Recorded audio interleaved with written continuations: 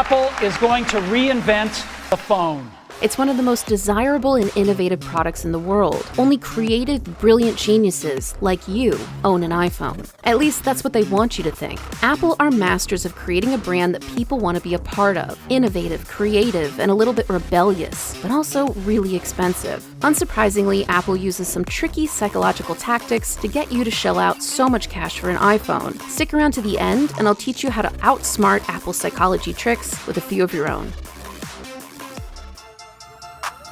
You might think there's a logical reason why you're an Apple fan. They're easy to use, they're beautiful, and they have the best apps. But that's not why you bought an iPhone. When it comes to decision making, our minds don't really care too much about logic. Studies show that most of our decisions are made subconsciously, driven by factors we don't register or even understand. We use products like iPhones to signal to other people who we are, or at least who we want them to think we are. Psychologists call this behavior self-signaling. Like a peacock's feathers or a caterpillar that looks like a snake, an iPhone signals lots of things to the people around us, not all of them true.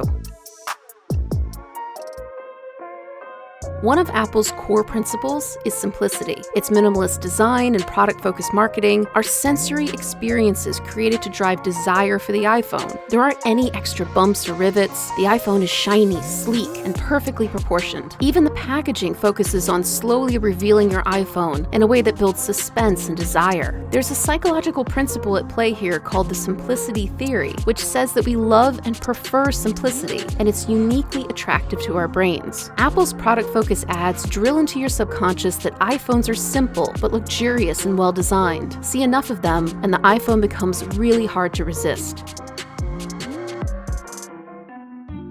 Apple has the reputation of being envelope pushers, sometimes to their benefit, like with the iPhone, and sometimes not, like with the Newton. And they push innovation at every turn, announcing some new technological breakthrough, mysteriously timed to whenever there's a new iPhone to sell. But we do have one more thing. And you believe it because of the phone's sleek design and innovative reputation. You're attracted to it because new things kick up a little bit of dopamine that get you interested, and some fear that you might be the only one without this sexy new phone. That combination of innovation, style, and desire makes the iPhone a status symbol, and a powerful one because you have it on you 24/7. Trying to attain status is a powerful driver of human behavior. Neuroscientist Michael Goizueta put it this way: when you get up in the morning, you think about status. You think about where you are in relation to your peers. Whether it's a yacht, a Tesla, or an iPhone, when your product represents a higher social status, people want it.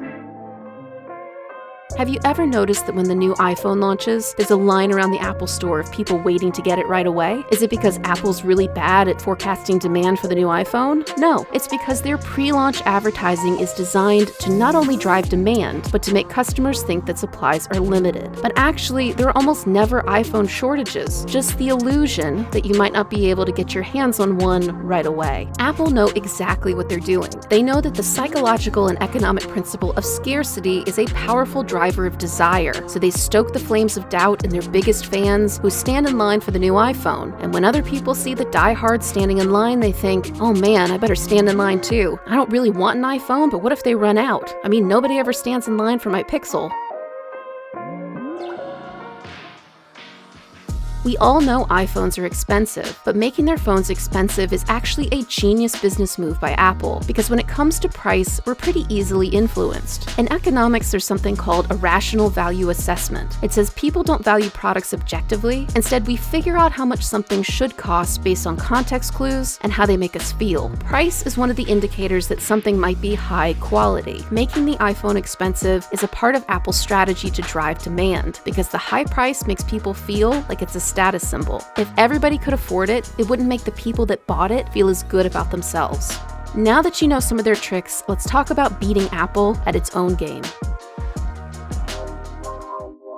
Want to make sure you're not overpaying for your iPhone? Start by knowing your limits. If you only have $500 to spend on a phone, make peace with the fact that you might not get the latest model iPhone. Don't get suckered in by the latest and greatest tiny improvement in the new phone. Most of these improvements can't even be seen on the outside of the phone, so why bother? Resist that fear of missing out that Apple is so good at manufacturing. Wait until Black Friday or Cyber Monday to get your new iPhone. And don't be fooled by their mind games. If you want to learn more about how other brands use psychological tricks to get you to overspend, check out my other videos.